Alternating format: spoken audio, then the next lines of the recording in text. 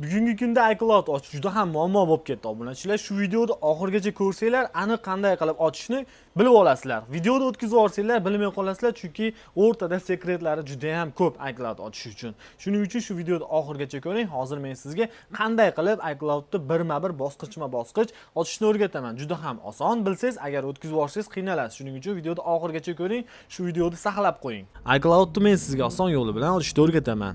Buning uchun bizga bitta UCL sim karta kerak bo'ladi.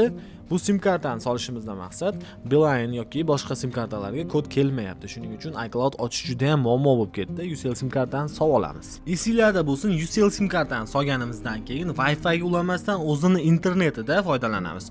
Endi bu yerda yangi akkaunt yaratamiz. 18 yoshni tanlaymiz. 18 yosh tanlaganimizdan keyin ism, familiya va tug'ilgan sanalarimizni yozib chiqish kerak bo'ladi. Mana bu yerda ismingizni yozasiz, pastiga familiyangizni yozasiz, tug'ilgan sanalaringizni hammasini to'liq to'ldirib bo'lganingizdan keyin продолжitni bosasiz.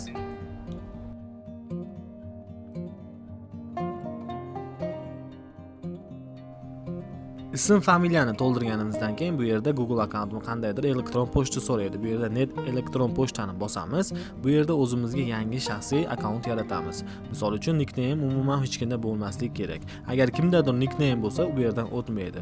Misol uchun o'zingizni ismingizni yozasiz, bo'lmasa qandaydir raqamlar qo'yib ko'rasiz. Keyin sozdat email pochta qilamiz. Pochtani ochib olganimizdan keyin parol qo'yamiz. Parolga обязательно bittasini katta harf, qolganini raqam qo'yib, oxirida bitta kichkina harf qo'yadigan bo'lsak, osongina paroldan o'tib olamiz. Pastiga ham xuddi shu parolni teramiz, telefonimizni iCloud'imizni ochish juda ham oson bo'ladi. Keyin продолжitni bosamiz.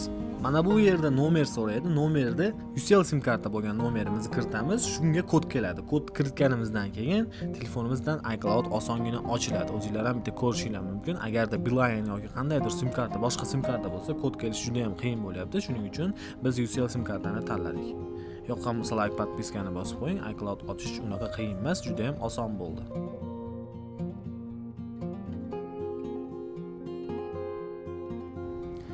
Kodni olib kiritib olganimizdan keyin mana bu yerda принятныйni bosib qo'yamiz. Telefonimizni bosganimizdan keyin ozgina обновить bo'lib, iCloud'imiz настройкаga kirib qoladi.